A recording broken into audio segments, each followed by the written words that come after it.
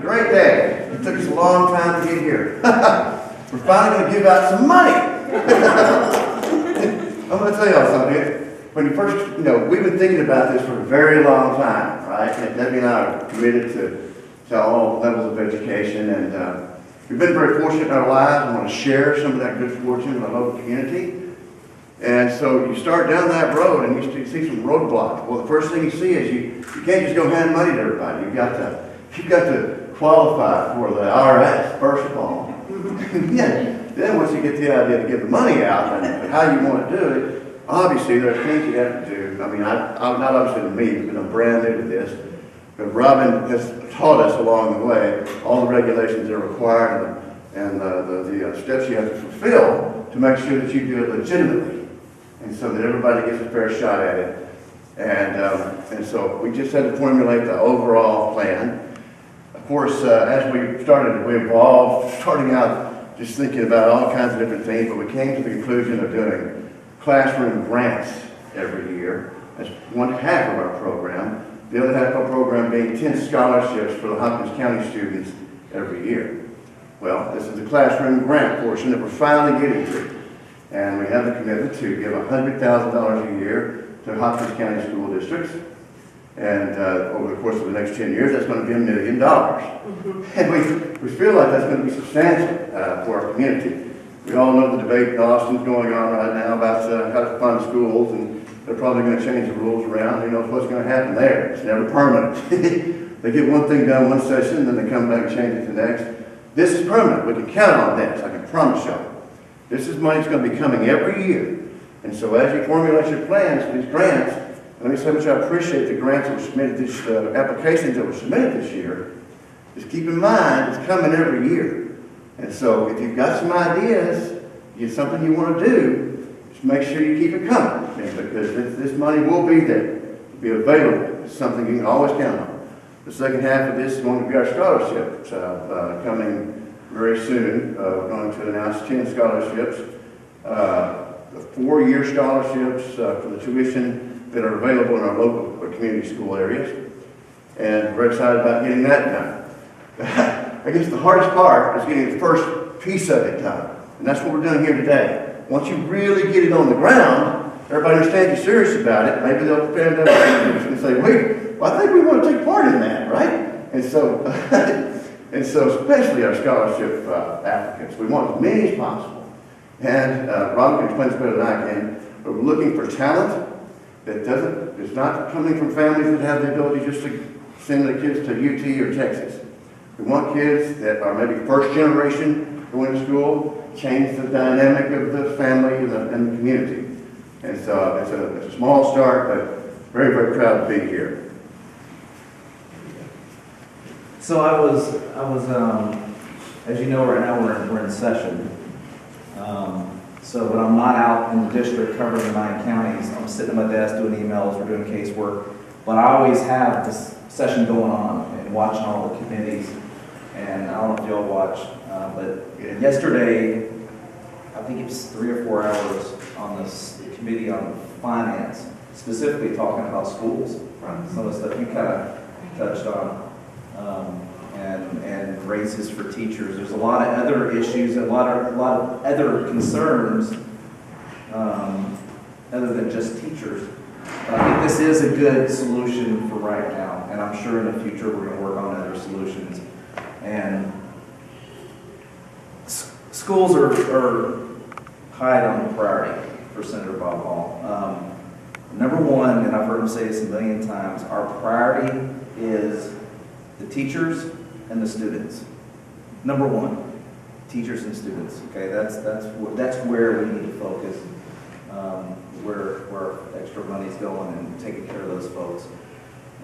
So I just got some certificates for Como Picton.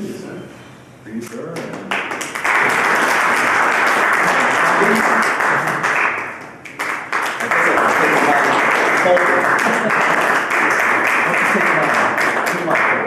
The grant winners that you see today, all of them were close in score. But I want you to know these 3, and not in any one order, were out of a possible 32 points, using a rubric score, the top 3 were less than 2 points off a piece. That's how close it was. And so we were able to fully fund one grant applicant, 2 and 3, because it didn't add up to $100,000. We had to go back and negotiate with them a little bit and lower what they requested, but they didn't turn down the offer. They were very gracious about that. And so, as Johnny mentioned earlier, this is an annual thing. This is not a one-time. What we did ask them to do is to spread the funding over 3 years. One of the things that we have found is that a one-year pot of money doesn't make the impact that a true 3-year strategic plan will make. We also asked them to describe how they were going to sustain this beyond the life of the grant or the funding. What we didn't want to see was a program or an initiative start, but then not continue if the funding did not continue. But as Johnny also said, this is $100,000 that will be given away every year. And so we just encourage all of you to continue to apply as long as it matches our mission, and they all did beautifully, and that is to ensure that our high school graduates in Hopkins County are both college and career ready. That being that they have the academic strength to go on to college, but they also have the soft skills that they've learned through their work as students to be good employees. Because what corporate America is telling us is that they're getting bright new hires, but they can't think themselves out of the box. And we need innovative, problem-solving, team-working folks in small business as well as in corporate America. A huge piece of their money is not only curriculum, but training from their teachers and how their teachers are going to design student work differently that reflects those high cognitive level thinking, problem-solving, and processing, being analytical with situations. And so they really want to focus on the classroom with first their teachers. I always said teachers learn first, students learn second. And so they really put a lot of money into their staff as well as the curriculum. Dr. Bauer, is there anything, or Jan, is there anything you would like to add to that? So, if the 3 of you would like to come up, we have a presentation. Good. Okay.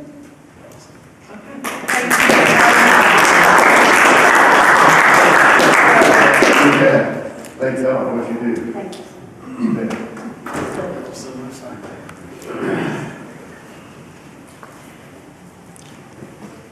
So our next recipient is the Cumbie Independent School District. Cumbie had already started a health science technology strand for their students, for students that were very interested in the medical field, health science technology courses. And I had the pleasure of going and talking to their senior class a couple of weeks ago, and what wonderful, wonderful senior class we have. That was really enjoyed that. And so they are going to use their funding to increase the quality of the curriculum that's already in place. So they're going to purchase some additional curriculum as well as put it into the classroom, particularly in the lab, so the students will go in and it will actually simulate medical facilities so that the teachers who are health science certified they'll have real life experiences in these classrooms. So it's not just classroom work, but it's actually hands-on work with the students. So, Ms. Dracos, would you like to add anything to that? No, we were able to go to Kilgore to see, it's Paxton and Patterson labs, and we were able to go to Kilgore to see how it worked in their district. And it was so amazing because the students were able to do hands-on different sections of the medical field. So when they determined which part of the medical field they wanted to go into, they could pursue the one that they really had the most interest in instead of waiting until they got out of school and then going, oh, this is not what I want to do at all. Yes, which saves mom and dad a lot of money. A lot of money. Yes, yes. So if you two would come forward, please. And the Cumberland Independent School District is receiving $16,000 for their program to increase the quality of and to meet their goals for the students in health science and technology.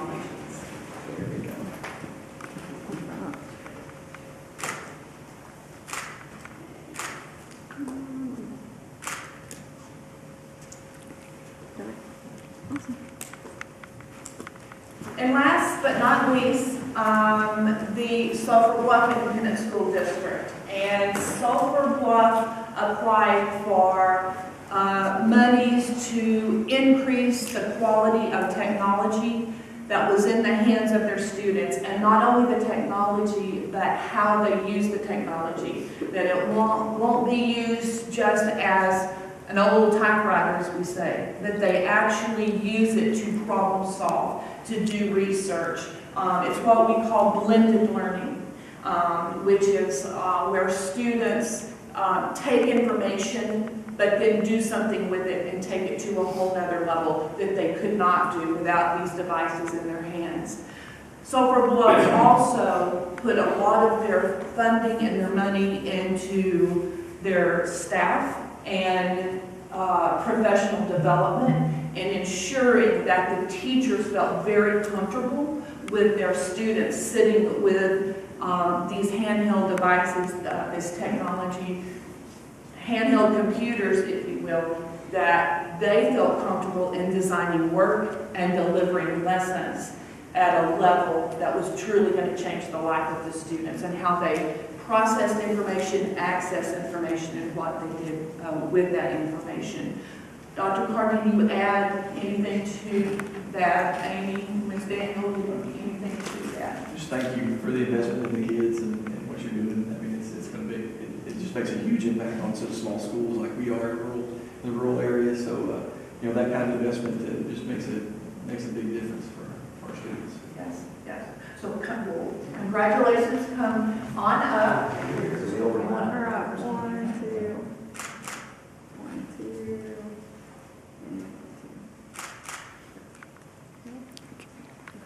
We're good.